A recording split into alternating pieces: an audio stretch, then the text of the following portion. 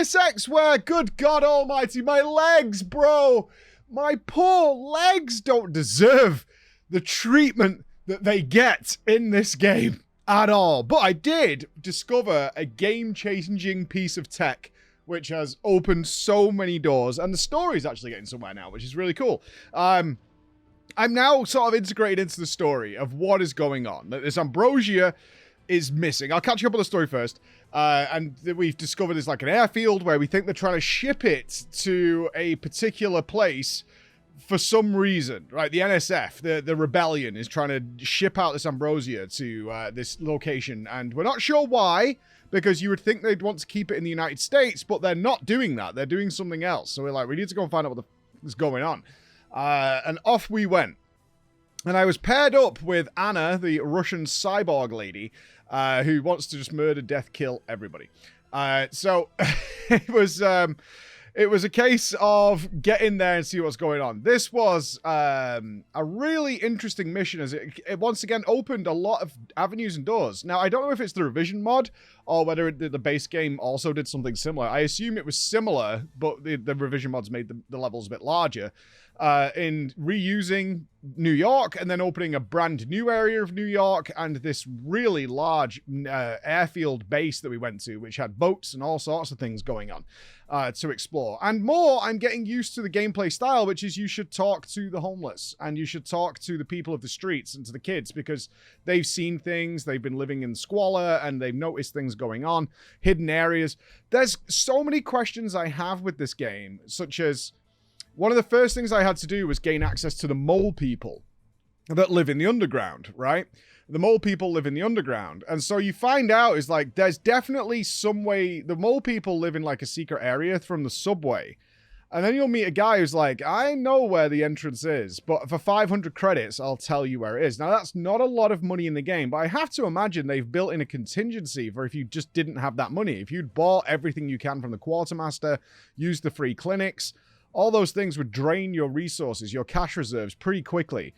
So I was like, how else would I do this without spending the money? Because Deus Ex, it seems to, the main theme of the game is there's a way around everything. There's a way of getting absolutely everything done without using what seemingly is the obvious way of doing it. So you can go in guns blazing and just kill everybody. But if you explore a little bit and talk to people and repeatedly talk to them, which is something I've had to get used to, because usually when you find an NPC that wants to talk to you, they'll give you their dialogue choices, but it's a bit more Dark Souls-ish where you want to repeatedly speak to them. And so all those things are interesting. But I couldn't find it. I didn't know what it was, so I paid for it and went down into the mole people. The first thing I did was deal with a drug dealer who... I am constantly aghast at some of the strange things that happen in this game. So I was like... just asking the guy questions, and he just pulled out a gun and shot me in the head and killed me. I was like, what the hell, bro? Like, Jesus Christ, he just put me down on the floor. I was like, okay. And so it was there a lot of trial and error. Quick save is your friend in Deus Ex, let me tell you. And then I became a plumber. I had to go sort some plumbing out, and I had to do X, Y, and Z around here to actually get to the mole people secret area that they have within there, and start working around there. And it led to some weird situations where the NSF have been taken in by the mole people. So the the NSF needed a staging ground. So they've worked with the mole people to live together because they're fighting on behalf of the common man, right? And you end up in this sort of underground area where the soldiers attack you on sight. And I was really confused about this at first, because I was like, maybe because they're down here living together. I was thinking about Demolition Man, for those of you who've seen that movie, where they go into the mole people. It's like, are we not going to get attacked here? But no, they blatantly start gunning and spraying everywhere, and it can hit civilians, and you've got to kill them all while in this building to try and get through it. So I ended up massacring the whole place. But the mole people stayed friendly. They were like, bro, like, we knew you were going to come out down here and do this. And I'm like, yeah. Again, I think I am part of a pretty bad group of people. I think I am in a pretty bad group of people. So it was an interesting scenario that was going on with this whole situation. It was pretty funny. I got those killed, but then I got access to a scope for my pistol. I've upgraded my pistol a lot now. I think it's actually by far and away my most effective weapon. And the pistol solved all the reticle problems because the scope, I should say. Instead of me having to wait 10 or 12 seconds for the reticle to close, I could just use the scope and immediately have it. And headshot people, which is a one-shot kill.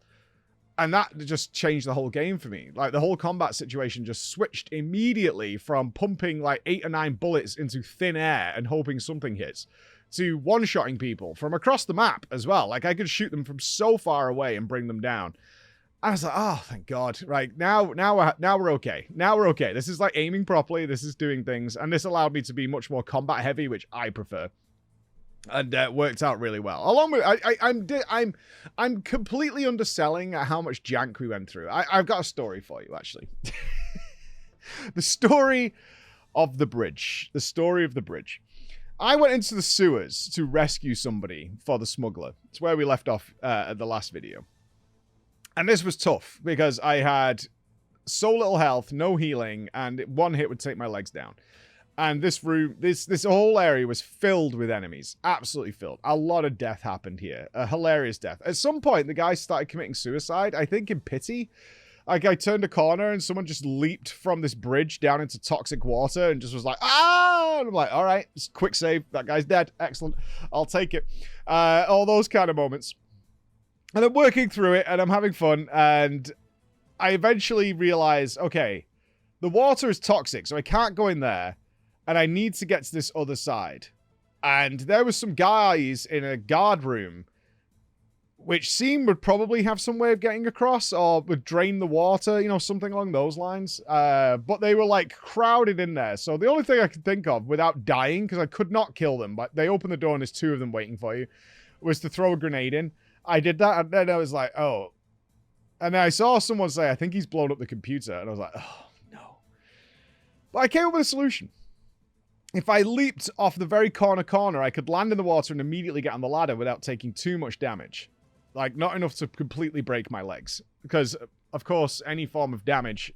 I think body damage just takes damage from every limb, so it would still take your legs out, even though you jumped in water. So... I did that, and I got across the bridge. And then I worked through the rest of the area, bringing people down, slowly but surely, going through all the turrets and lasers and things like that. Freed the guy I was looking for, the hostage.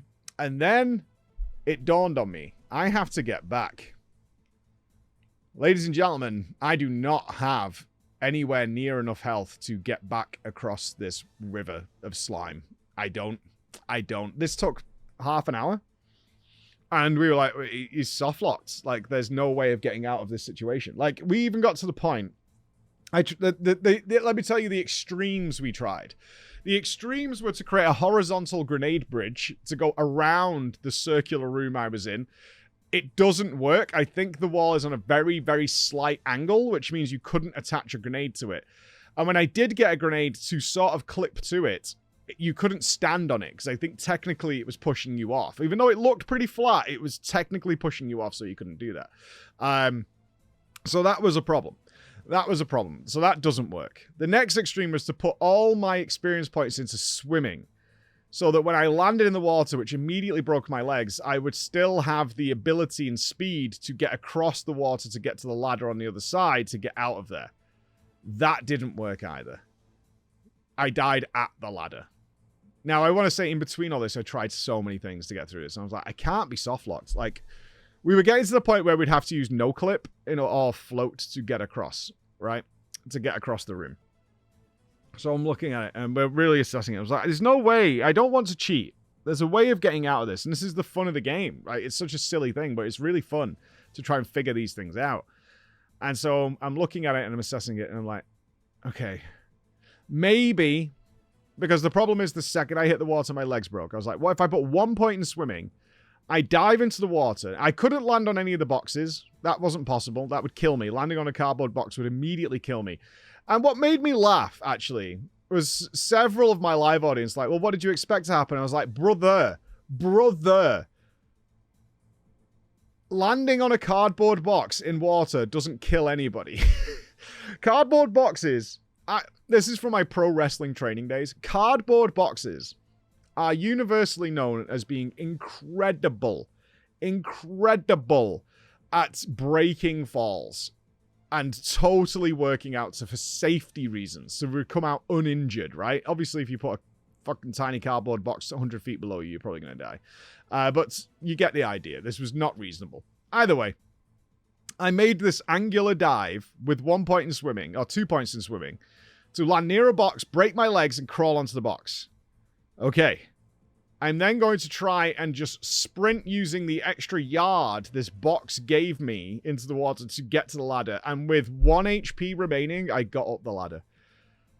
I crawled up that ladder, and I crawled back to the city, and I crawled back to the bar to get 1 bottle of beer, which I, like, reached up, like, grabbed, and my legs came back. And again, it was like being reborn. I felt like Jesus coming out of the cave. It was unbelievable. I was like, we could walk again. And now we can finish the mission. Oh my God. It's such relief. But this is the joy of the game. So fun. While working through this airfield, though, story-wise, it got interesting. Because my brother, Paul, as you come into the actual final aircraft, your brother is stood there. And he's switched sides. Your brother has now joined the NSF. And he's like, look, I've done my homework, man. Our company is not good. Our company has done really bad things. And we need to fix this. It was a choice moment in the game. Now, I think I've made my choice, despite the fact I didn't really do it. Because I was curious. I mean, I guess in a way I did. So the way it came down is there was I think he was supposed to be one of the leaders and the main leaders. I can't remember his name. It was a Spanish name. And he's explaining to me, like, look, the Ambrosia is being held by one company. And there's more information here than meets the eye, and I'll give you proof. I'll give you hard evidence. But at the same time, Anna was with us, and Anna's like, finish the mission. You need to kill this guy. That is your objective. You're an assassin. You need to kill this guy. And I'm like, I probably am going to kill this guy, but I want to know what he's got to say first, because you're interested in the dialogue. And that in and of itself was the choice. And I get where they're coming from. It's like, if you were the assassin and your job was to kill this guy, then you shouldn't be listening to him at all. You should just go and get your mission done. So it is making the choice, although I didn't get like an actual choice of like, I will go with you. Oh no, I'm sorry, you're going to die. The actual choice was embedded more in the fact that you're not killing him already, while Anna is telling you should just kill this guy and move on with it. And that in itself is the choice made. Which was cool, because I'm pretty sure if I'd gone in and killed him, the game would probably play out now in an entirely different way than what it's going to do. Does that make sense? And I think that's really interesting. I think that's a good way of doing it. Is like, yeah, you did kind of make the choice by not just completing the mission as quickly as possible, especially while being reminded to do it. But I was like, okay, I will, just in a second. Let's find out what's going on here so I've got all the information. But that in and of itself is making the choice. Which then led to some really fun things. Like the actual company I work for, the UNATCO people, were like, you just didn't do your mission, which is really weird. They're skeptical of you now. And so it was very, very cool to be wandering around here. My next mission was to go to Hong Kong, though, and bring down somebody Tong and assassinate him. But on the way, the pilot is like, your brother's been in contact. You need to go and see your brother. So there's like a lot more depth and development of the story happening now, which I think is where a lot of people remember this game so fondly, despite its obvious jankiness. And I'm liking it a lot. Because now I think I have choices to make. I'm getting more information, but it seems because I've technically sided with the Resistance, but not fully yet. I still have choices to make that we should figure out what's going on. But I did finish the mission by sending out a signal on behalf of the NSF. So, I mean, that choice is definitely made now. And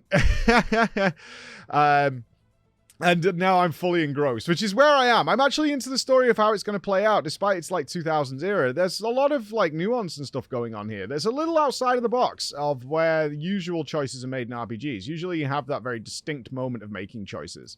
But now your actions speak louder than words. And I guess that's what I would say with Deus Ex, is your actions speak louder than words.